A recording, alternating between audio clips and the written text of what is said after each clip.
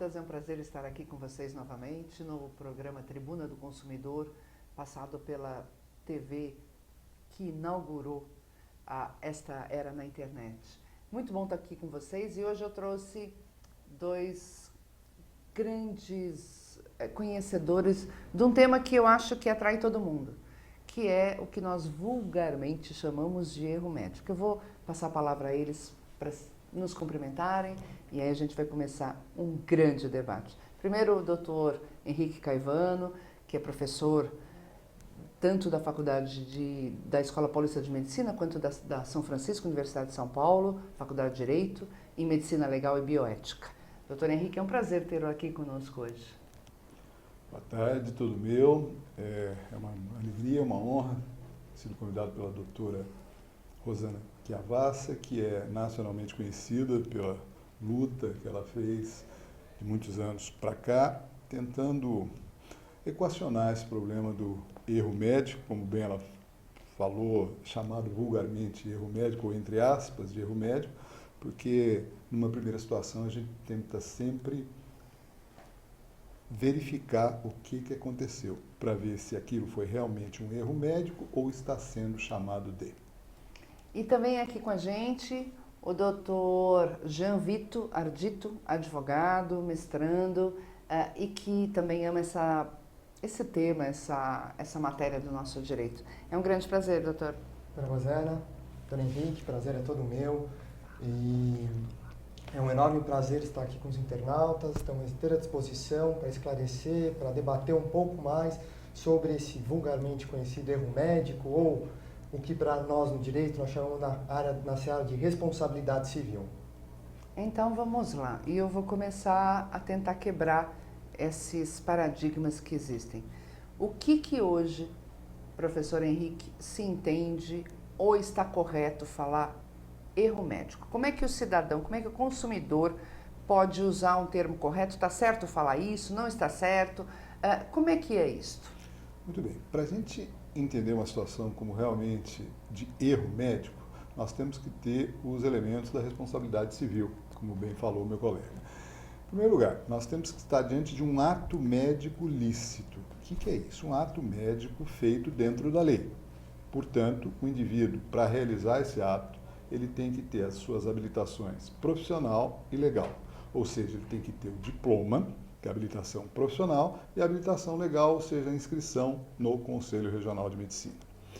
Parece uma besteira a gente dizer isso, parece óbvio, mas muitos casos veiculados, rotulados como sendo de erro médico, o indivíduo não era médico. Era estudante de medicina ou era médico em outro país, mas não estava legalmente habilitado no Brasil. Então nós estamos diante de outras situações, exercício legal da profissão ou eventualmente curandeirismo, mas não erro médico. Então nós temos que ter um ato médico lícito, ativo ou passivo, ou seja, comissivo ou omissivo, fez o que não deveria ter sido feito ou deixou de fazer aquilo que deveria ter sido feito. Então, um ato ativo ou passivo que levou, que produziu um certo dano, maior ou menor, inclusive a morte, e o elo de ligação, o nexo de causalidade entre esta ação ou esta inação e a lesão é dado pela culpa. E culpa, nas suas modalidades aquilianas, nós temos a negligência, a imprudência e a imperícia. Fora disso, nós podemos ter dano sem ter culpa. Nós podemos ter o ato lícito, o dano sem ter a culpa. E aí nós estaríamos diante de um acidente ou de um mau resultado. Felizmente, para a classe médica, ainda a maioria dos casos rotulados como erro médico são acidentes ou maus resultados. Mas, infelizmente, uma porção nada desprezível são realmente casos onde houve culpa. Eu costumo falar sempre que negligência é quando você coloca o bolo no forno e você esquece ele e ele vai queimar. E a imprudência é quando você coloca o bolo no forno e você tira ele do forno antes dele estar pronto e ele vai ficar encruado. Então, negligência, deixa para lá, daqui a pouco eu vou. A imprudência é você ir com muita afoiteza. Mas eu acho que essa explicação foi muito interessante, professor Henrique, porque envolvendo o médico, é necessário a culpa.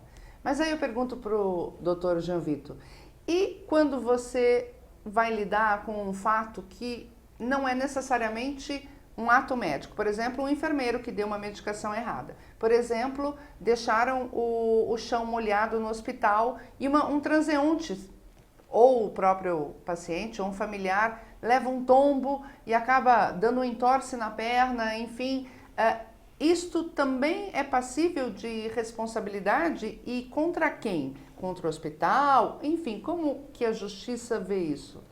Doutora Rosana, esse é um ponto extremamente interessante porque costumeiramente é comum no linguajar e até na prática verificar-se que fala-se em erro médico não somente em caso de responsabilidade civil do médico, e sim quando há responsabilidade civil do próprio hospital ou até mesmo da própria equipe que o médico lidera.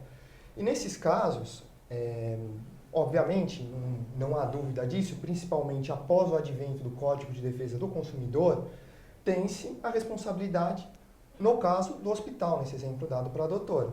Por quê? Porque o hospital ele tem que pregar pela segurança e pela prestação de um serviço adequado. Esses são direitos básicos do próprio consumidor. Então, foge da livre expectativa, da legítima expectativa do consumidor, ou até daquela vítima do acidente de consumo, um acidente, um escorregão dentro de um hospital. E muitas vezes, como o próprio doutor Henrique disse, não se fala tão somente na culpa do médico, e sim da questão do próprio e de outros elementos externos. E não só o médico acaba sendo responsabilizado, também pode vir a ser responsabilizado o hospital, o próprio plano de saúde. Então, acho que fica começando a delimitar, né? Você, internauta, se você quiser, você poderá, dependendo do caso, processar o médico, processar o hospital ou até mesmo o plano de saúde. Mas, claro, a gente, antes de ter certeza ou de achar que é um erro médico, é indispensável que você se assenhore do prontuário médico, que é onde tudo está anotado, ou da ficha de atendimento no pronto-socorro. São dois assuntos que eu quero enfrentar agora. Professor Henrique, o prontuário é direito do paciente, é do hospital? Como que é isso perante a legislação? O prontuário é do paciente. O hospital ou o próprio consultório do médico é o seu fiel depositário. Porém, ele é do paciente. Ele pode ser pedido pelo paciente ou pelo responsável legal.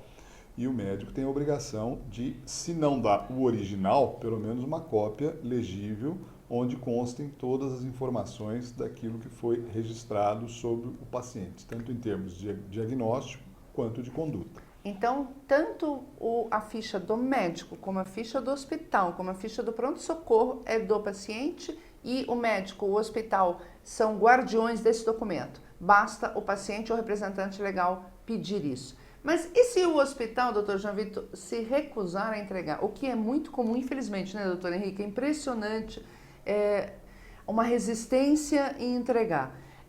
O que o cidadão pode fazer para conseguir obter esse prontuário? Rosana, esse é um caso extremamente emblemático. Por quê? E ele é até agravado, no caso de, infelizmente, na morte do paciente. Por quê? Porque os hospitais, eles com base em um parecer do Conselho Federal de Medicina, salvo o melhor juízo, o parecer 10, eles negam a entrega desses prontuários, alertando que somente com autorização judicial ou com autorização do próprio Conselho Federal de Medicina é que entrega-se o prontuário para os familiares. Então, são duas situações distintas. Primeiro, se o paciente ainda vivo vai e faz uma solicitação administrativa para o hospital do prontuário médico, o hospital entrega, na maioria das vezes, sem maiores percalços. A situação é diversa quando isso ocorre com o falecimento. Ou seja, nessa situação, há necessidade, muitas vezes, de um ajuizamento de uma ação judicial, justamente pleiteando que o juiz determine que o hospital, sob pena de busca e apreensão no caso, entregue os documentos. Doutor Henrique, aí eu faço a pergunta, será que não fica para o magistrado que pega uma ação, um pedido desse, porque esse mesmo juiz que vai apreciar o pedido de busca e apreensão do prontuário é quem vai analisar um eventual processo de erro médico. Será que não fica para esse magistrado uma impressão de que algo está errado pelo fato do hospital se recusar a fornecer esse prontuário? Sim, até poderia se caracterizar um crime de desobediência, né? Tanto da autoridade judiciária, o juiz, quanto da autoridade policial, que muitas vezes solicita essas cópias. O Conselho até mudou, eu não me lembro de memória o número do artigo, mas porque no capítulo do sigilo profissional, documentos médicos são sigilosos. Então o Conselho procurou contornar essa dificuldade entre nós obedecermos ao que reza o Conselho Regional de Medicina, o Código de Ética Médica, e o que nos pede a Justiça.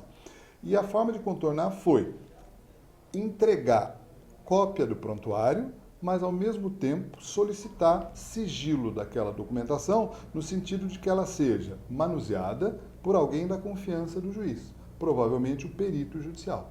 Então eu estou cumprindo uma determinação judicial para não caracterizar a desobediência, mas ao mesmo tempo estou protegendo o sigilo do paciente, solicitando que seja manuseado apenas pelo colega perito. Mas, doutor Henrique, desculpa até interrompê-lo, mas é que aí tem uma situação até agravante. Por quê?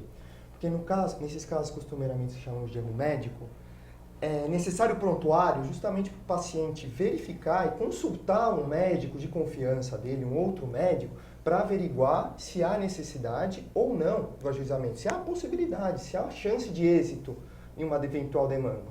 E se ele, somente no curso de uma demanda, consegue isso, isso é até meio dispendioso e até comum na justiça. A meu sentir, esse parecer do Conselho Federal de Medicina, e já tive a oportunidade de inúmeras vezes atacá-lo em processos, para não chegar à Constituição, chegando até mesmo à Constituição, é inconstitucional e ilegal, porque ele veta o direito de acesso do próprio consumidor às informações dele, de um familiar dele, justamente para o que passa a impressão para um terceiro é justamente de que o hospital está tentando esconder alguma coisa do que foi feito ali dentro. Talvez não tenha sido assim tão claro quanto pensei. Eu digo isso em situações de processo. Porém, numa situação onde você bem falou, o paciente faleceu, mas tem um responsável, tem a viúva, tem o filho mais velho, o prontuário pertence a ele. Ou seja, essa situação assim de um médico entregar é para uma autoridade policial ou judiciária que não é médico e também não é o paciente nem o responsável. Em sendo o paciente ou o responsável, o hospital sim é obrigado, ou o médico é obrigado a entregar para o paciente a seu pedido e coloca a nota no prontuário. Estou entregando cópia a pedido. Mas eu quero provocar. Doutor Henrique, já ouviu, não precisa dizer só sim ou não, de algum magistrado esta dúvida? Por que os hospitais se recusam a entregar o prontuário? Isso é uma prática? Algum magistrado? Porque nós sabemos que o senhor atua em quase todas as varas do Fórum Central da capital de São Paulo, como perito do juízo.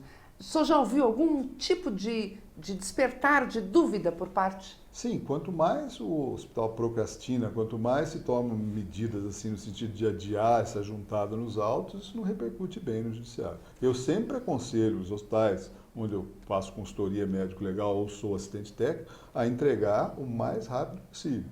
E principalmente, o prontuário é intocável, ou seja, tem que ser juntado o original. E outra pergunta, né? E eu acho que os internautas têm essa curiosidade. Os prontuários praticamente todos estão virando digitalizados. Estão todos. Então, recentemente eu recebi 2 CDs, mais de 1000 páginas de um prontuário.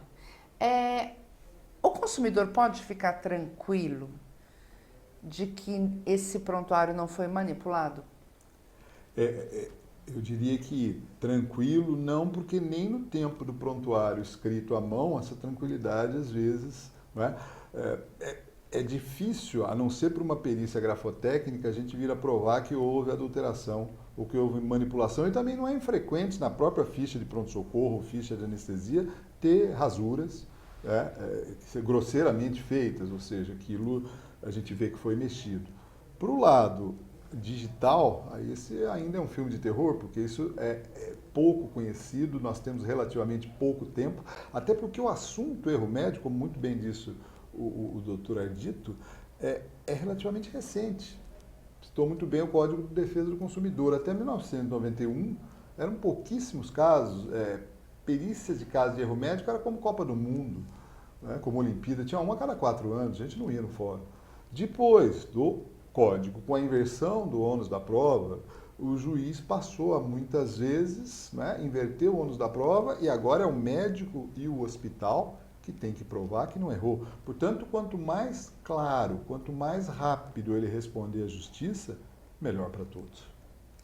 Então fica um alerta, né? Obtido o prontuário médico, nunca entre na justiça sem você ter consultado um médico de sua confiança, um médico indicado, para realmente saber o que aconteceu. Porque muitas vezes, no afã, no desespero do que está acontecendo, a gente ouve falar no corredor alguma coisa, ouve a enfermeira falar alguma coisa e começa a achar que alguma coisa errada aconteceu. E muitas vezes não. Era inevitável, era um risco. E aí você vai para a justiça, vai eventualmente ter todo um desgaste emocional, vai ajudar a atolar mais ainda o judiciário, que realmente está um caos para nada, né? Então, e aí eu estou falando para os meus colegas também de profissão, não entrem com nenhuma ação para cuidar de erro médico, da má prática médica, do ato médico, sem que você tenha conversado com um médico, porque nós, advogados, não conhecemos medicina. Então, nós temos que estar amparados, não na fala do nosso cliente, mas nós temos que estar amparados num técnico médico, né? Agora, eu estou assim, muito curiosa aqui, porque eu sei que o internauta tem essa dúvida. Doutor Henrique, e eu sempre começo com ele, né, Jean Vitor? Pode inverter. Doutor Henrique, pronto-socorro. Até onde o médico é obrigado a fazer tudo, tem que ter tudo? Há um olhar diferente do judiciário para um atendimento num pronto-socorro, diante das circunstâncias? É diferente esse olhar? A palavra-chave que a senhora colocou é circunstância. Ou seja, num pronto-socorro seria ideal que todo pronto-socorro estivesse muito bem aparelhado, com uma equipe de clínicos, de cirurgiões, de pediatras, de neurologistas, neurocirurgiões, enfim, toda uma infraestrutura de diagnóstico, não é? Uma infraestrutura de UTI pediátrica. Seria ótimo se isso fosse uma realidade brasileira. Tanto não é que estamos falando até em importar colegas de outros países.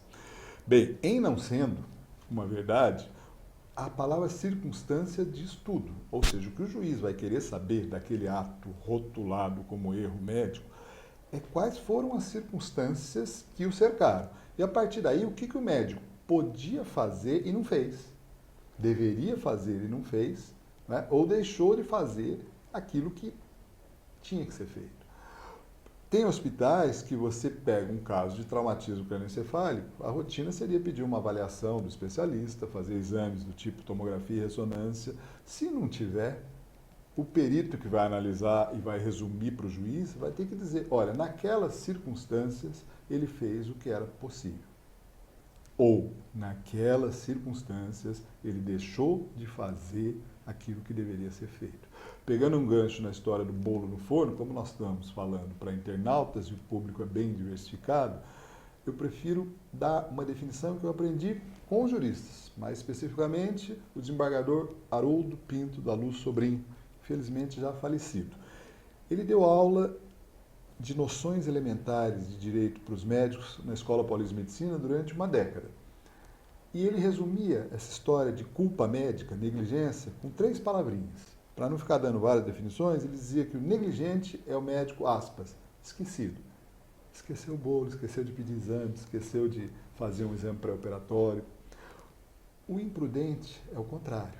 Seria o médico, aspas, aparecido, ou seja, aquele que se julga bom, incapaz de falhar, incapaz de cometer erro.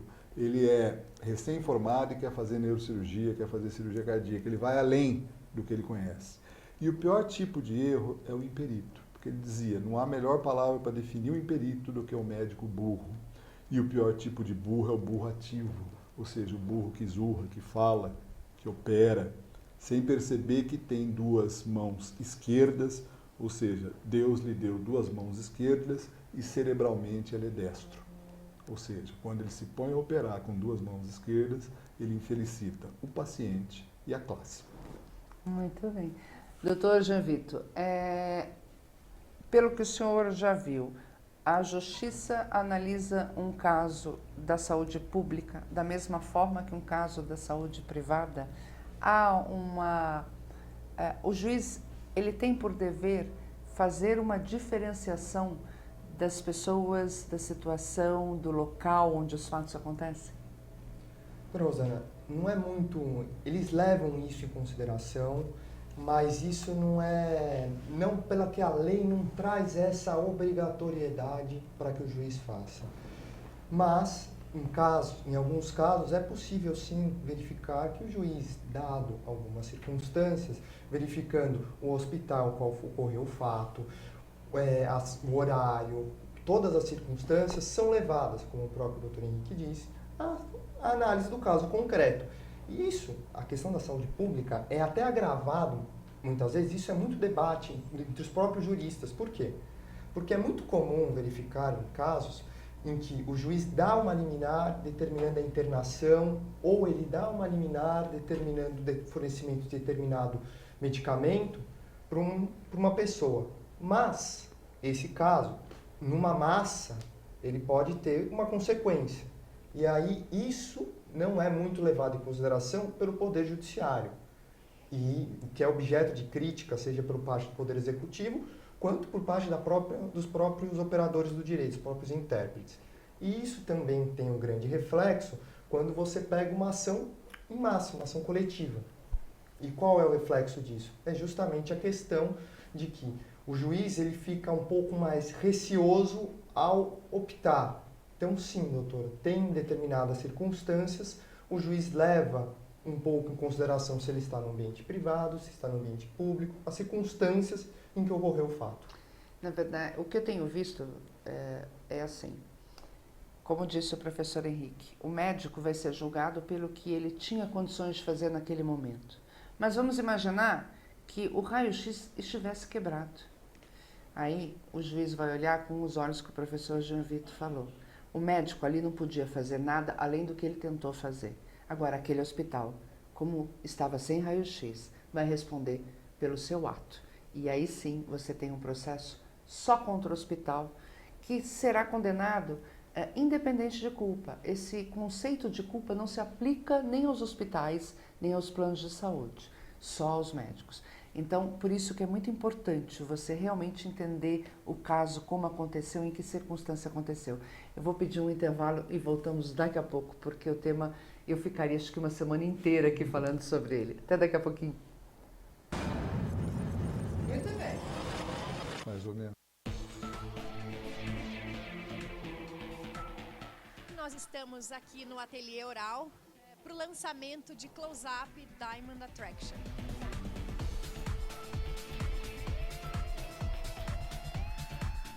É uma inovação, vai ser lançado em mais de 30 países.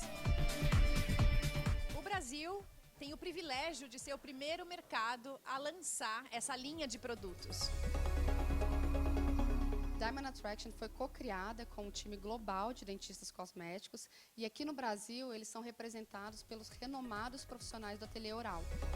A gente pegou todas as tecnologias odontológicas e passou para a Unilever as tendências do mercado. A Unilever traz a exclusiva tecnologia Blue Light, que tem um efeito óptico que proporciona dentes mais brancos instantaneamente. É formada uma película azul sobre o dente e essa película faz com que reflita mais a luz branca. A gente realmente queria dividir esse momento com a imprensa e com o consumidor final. Fomos buscar todos os principais portais, veículos do país. A gente fez questão de convidar blogueiras renomadas para estarem aqui na coletiva.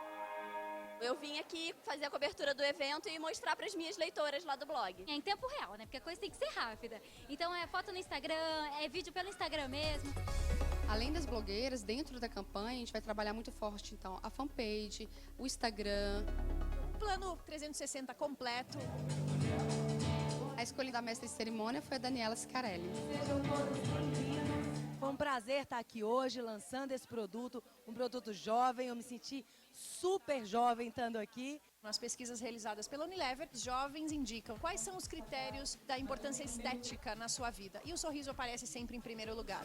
O público-alvo de Diamond Attraction são mulheres de 18 a 30 anos, são mulheres antenadas, independentes. Portanto, a escolha das celebridades presentes no evento, a Bruna Marquezine e a Isabelle Drummond, faz todo o fit com o público-alvo, são jovens, são bonitas e, claro, tem sorrisos super atraentes e brancos. Quando você vai paquerar alguém, você olha o sorriso antes. Claro, e eles olham também.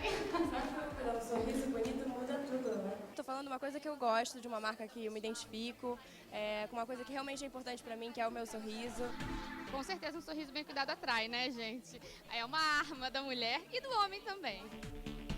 Fomos buscar todos os códigos do mundo cosmético, do mundo do glamour e principalmente a atração, marcando o início da campanha de Close-Up Diamond Attraction. Um beijo e um sorriso. Até lá.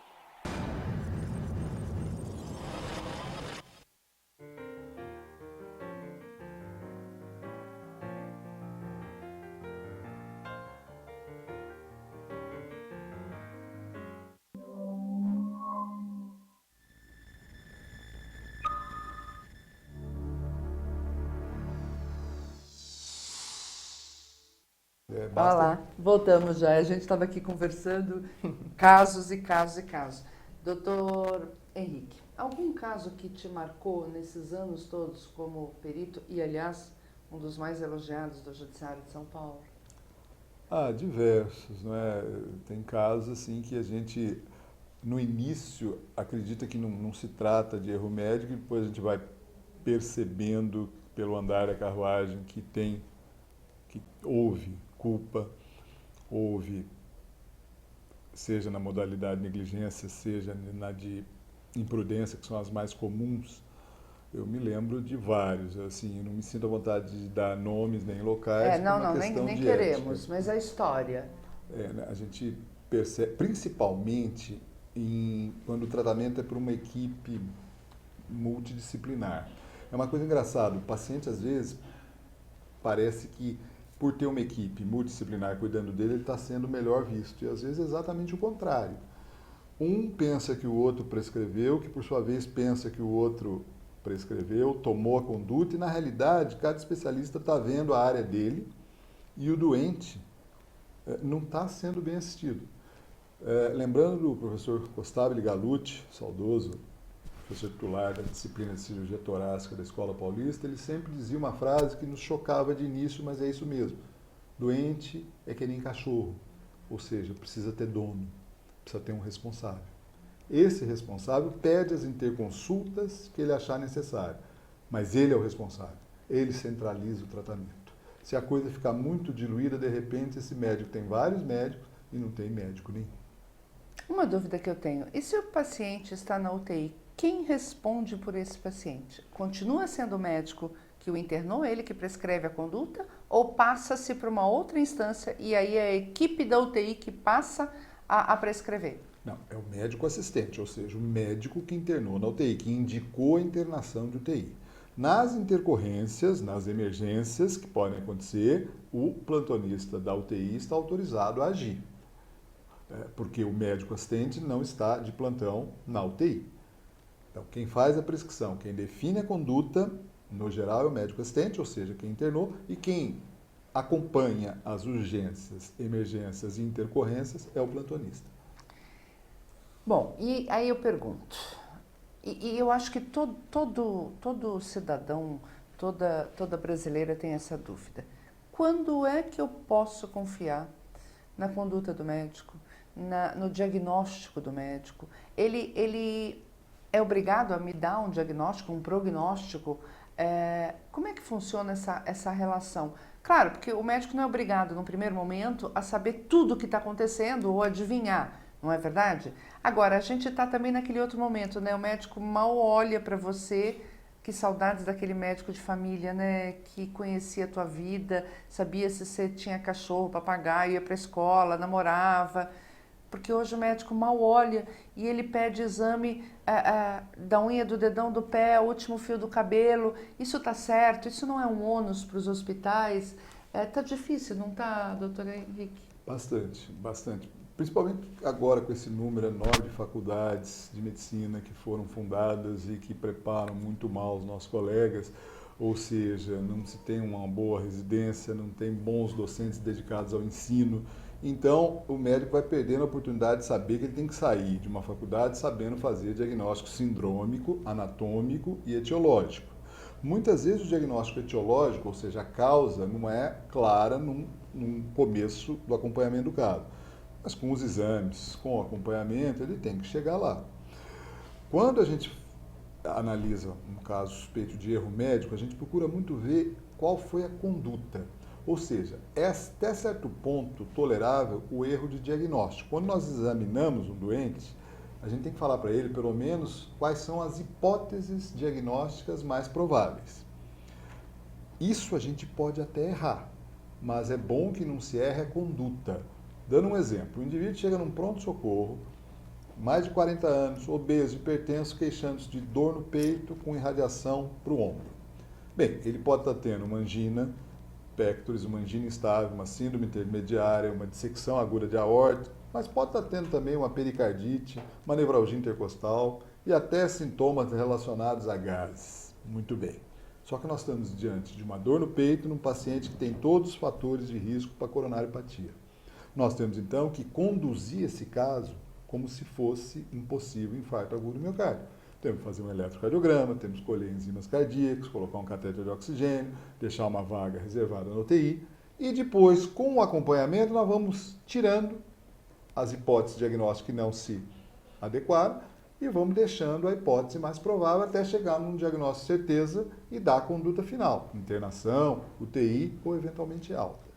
Esse caso que eu estou dizendo ocorreu, infelizmente, com um juiz de direito, que foi 5 vezes a um pronto-socorro, 5 vezes em locais diferentes, ora se queixando de dor no peito, ora de dor no ombro. E quando ele teve a parada cardíaca seguida de óbito, ele estava sendo visto por um ortopedista, achando que era algum problema de bursite de ombro esquerdo. Portanto, houve nitidamente um erro de conduta. O erro de diagnóstico não teria causado óbito.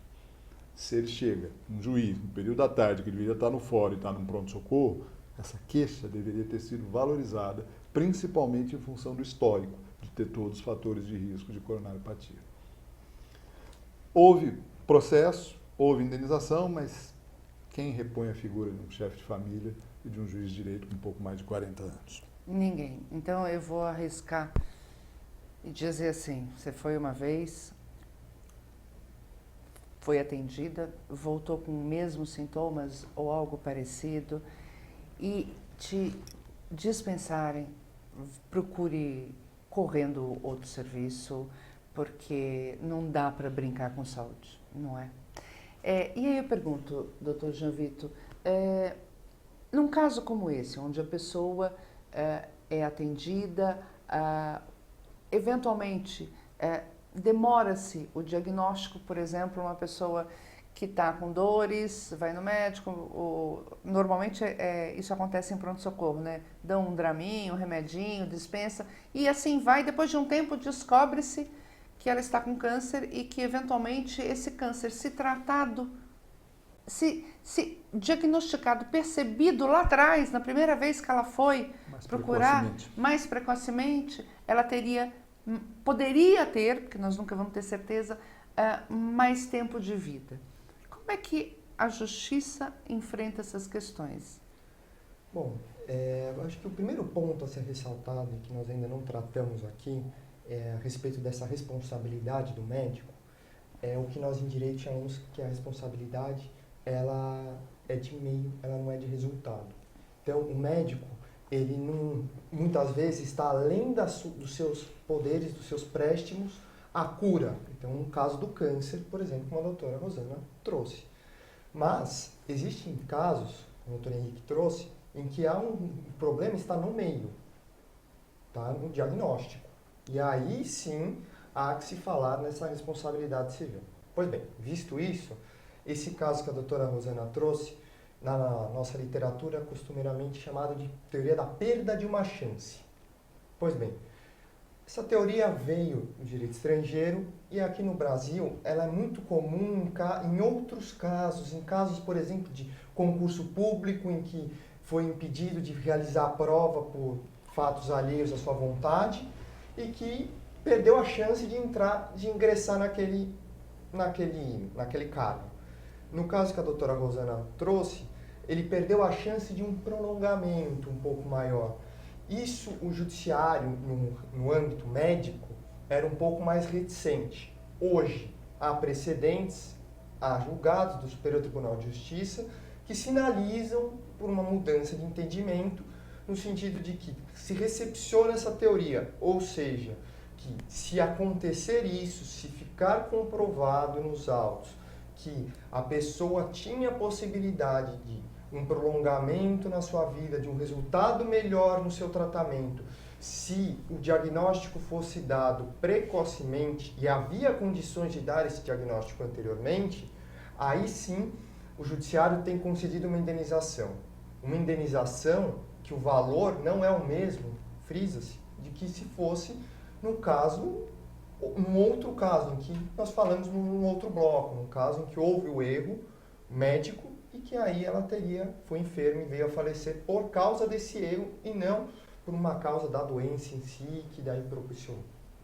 Muito bem. Um dos primeiros casos a Justiça Brasileira reconheceu a perda de uma chance com um laudo do professor Henrique. Foi uma moça de 20 anos que tinha ido viajar, comemorar a formatura do colegial numa praia, voltou provavelmente com uma virose e ela buscou o serviço médico 8 horas da manhã.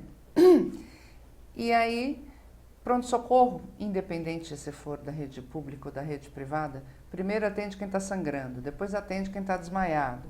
E quem está só se sentindo, né, aparentemente mal, há uma lentidão. Essa moça foi ser examinada, se não me falha a memória, por volta das 9 e pouco da manhã, deram um sorinho para ela e ela começou a apresentar dor na nuca, foram pedir punção só realizada às 11h30 da manhã.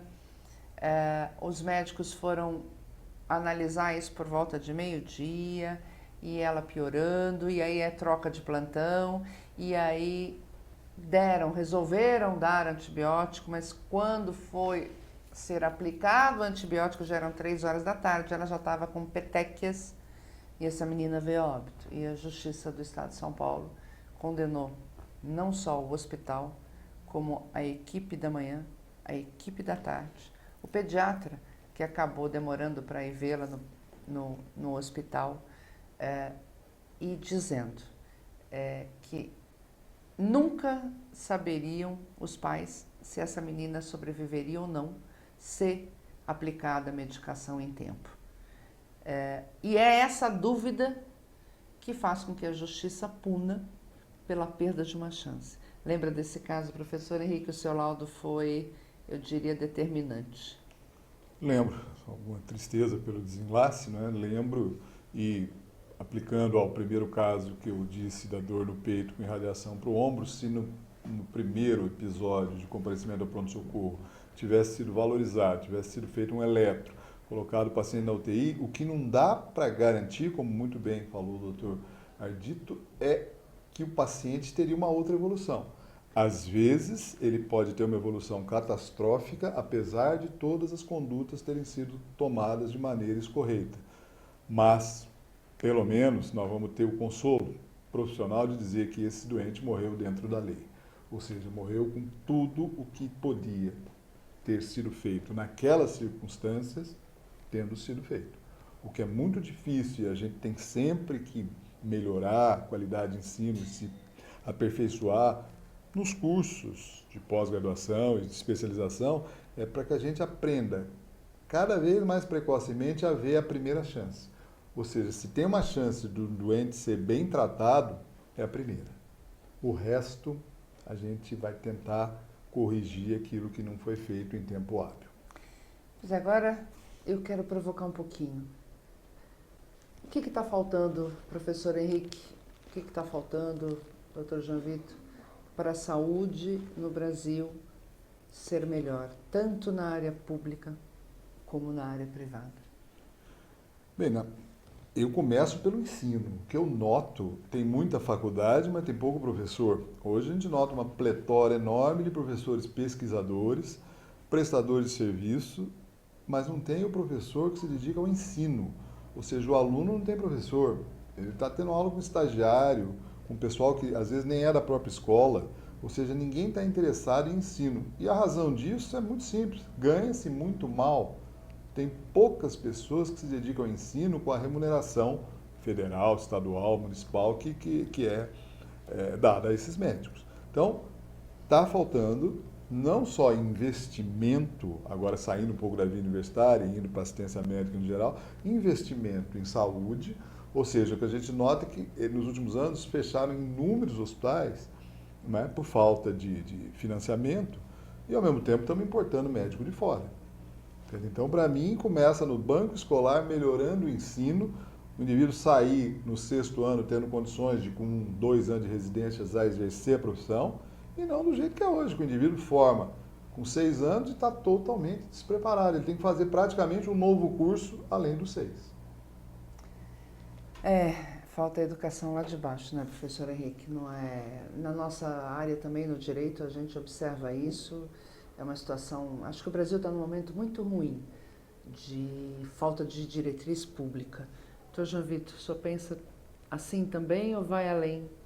Eu compartilho da opinião de vocês e eu vou além. Eu acho que, por óbvio, a questão da educação sempre vem à tona, mas nós sempre nos deparamos recentemente com essa questão principalmente dos royalties do pré-sal, da destinação disso para um percentual dos royalties vão direto para a saúde. Então, percebe-se que há um movimento, que há necessidade. A questão, e muito disso passa, e trazendo isso para a nossa área também, passa muito por questão de investimento. Então, falta muito investimento para a área da saúde pública no país. Isso é notório, isso não é nenhuma novidade, não precisa ser ninguém para falar isso, até porque é alarmante ligar a televisão e olhar os jornais e ver aquela sensação das pessoas deitadas em 1 milhão de macas e a sensação de não poder fazer nada a respeito.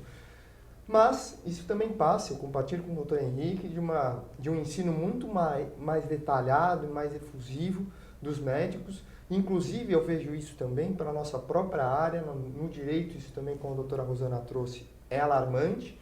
E nós estamos conversando agora há pouco, fora do ar, da questão do ensino da própria medicina legal, que nos cursos de direito hoje tem sido um pouco afastada, tem sido deixada de lado, e somente as pessoas que lidam com direito penal, direito criminal, é que têm estudado com um pouco mais de detalhe esse assunto. Isso um pouco ainda.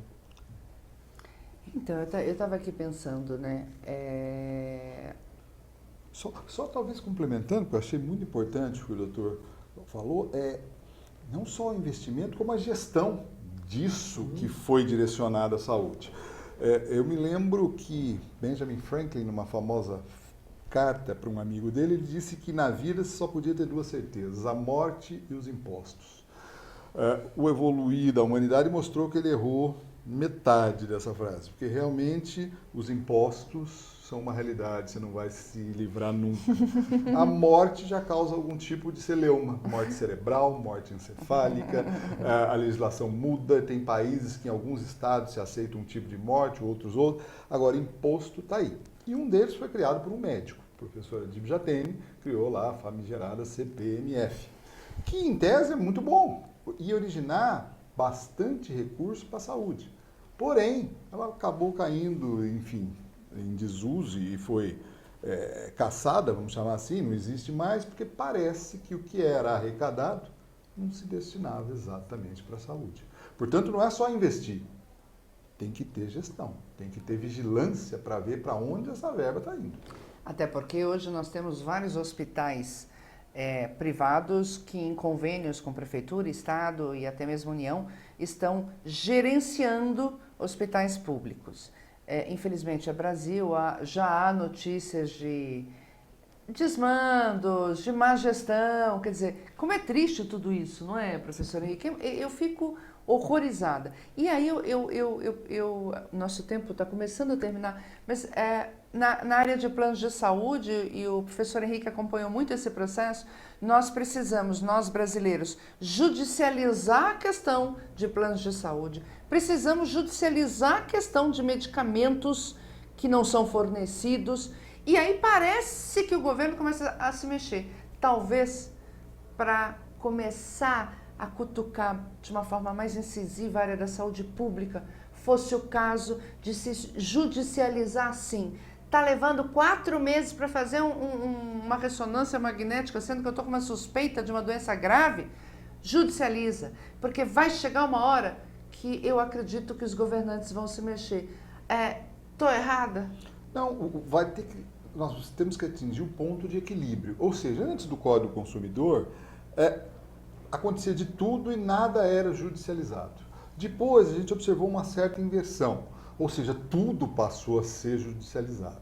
Se houver um bom entendimento, ou seja, se o juiz tiver noções boas de medicina legal nos cursos de direito e vice-versa nos cursos de medicina, nós vamos chegar a um ponto de equilíbrio.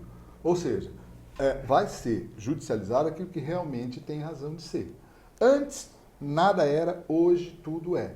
O que se espera é que alcancemos um ponto de equilíbrio, porque nós estamos notando que antes o paciente, o doente, era um objeto de cuidados e hoje ele passou a ser um sujeito de direitos. E às vezes parece que ele está mais preocupado com seus direitos do que com a sua saúde. Mas, doutor Henrique, aí eu acho que é um ponto extremamente interessante. Por quê? Porque há necessidade dos órgãos reguladores atuarem de uma forma mais incisiva. Hoje os órgãos reguladores, desculpem a palavra, mas viram quase cabide de emprego. Perfeito. E eles precisam deixar de ser isso. Eles precisam ter uma atuação mais ativa. No que nós estamos falando, principalmente a ANS e a Anvisa. Não dá para ficar esperando um medicamento ser aprovado, não dá para ficar esperando uma atuação mais enérgica, mais incisiva da ANS contra um determinado plano de saúde. Então, sim, concordo plenamente que passa por uma questão de ensino, mas passa por uma questão de gestão, passa por uma questão de enxergar as coisas de uma forma mais adequada e para o próprio bem, em prol do próprio consumidor. Eu falei, dá para ficar mais uma semana, mas infelizmente nosso tempo está esgotando. Professor Henrique, 1 minuto para suas considerações, porque acho que a gente falou de tanta coisa tão importante, não é? Sem dúvida, espero ter contribuído ao lado dos colegas aqui para os internautas terem uma pequena ideia, uma vaga ideia do que é o erro médico, né? E nós estamos à disposição do programa para eventualmente voltarmos ao tema, porque como disse a doutora Rosana, realmente nessa fase do Brasil é inesgotável. Esse tema, muita coisa tem que ser falado, muita coisa tem que ser feita, porque senão ainda essa situação vai perdurar por muitos anos e com prejuízo para todos. Muito obrigada, professor Henrique. Foi uma honra tê-lo aqui com a gente. Professor Jean Vito, 1 minuto para suas considerações finais. Contando, né? Bom, nós falamos muito aqui sobre a questão da responsabilidade civil do médico, e eu acho que é um ponto, e como muitos internautas, a gama da UTV vai para todo o país, para todo mundo, eu acho que é importante salientar a possibilidade de contratação de seguro de responsabilidade civil. Então, os médicos têm essa possibilidade, consultem o seu corretor de seguro de confiança, eles vão te indicar uma empresa de seguros, uma seguradora responsável que vai ter e vai te dar um seguro que vai te ajudar em casos, porque está sujeito, todos nós estamos sujeitos a erros. Gostaria de agradecer muito ao doutor Henrique pela companhia, pelos grandes esclarecimentos, a doutora Rosana pelo convite. Estou à inteira disposição de vocês, estou abertos a perguntas, questionamentos futuros e a retornar aqui no programa para esclarecer esses e eventuais outros temas. Vai ser muito bom tê-los aqui. Professor Henrique, admiro muito o seu trabalho, de uma seriedade, de um profissionalismo ímpar. Continue assim, sendo um exemplo para advogados, para os magistrados, para os promotores que atuam nos processos, enfim, uma honra tê-lo aqui e saber que você está lá dando aula na minha faculdade, né? Muito bom. Que prazer para os alunos da São Francisco tê-lo lá. Eu que me orgulho de privar a sua amizade e nunca esquecer os internautas, é bom que saibam que a doutora Rosana foi uma das que desbravou esse assunto. Antes dela, pouquíssima gente falava em direitos do paciente e erro médico.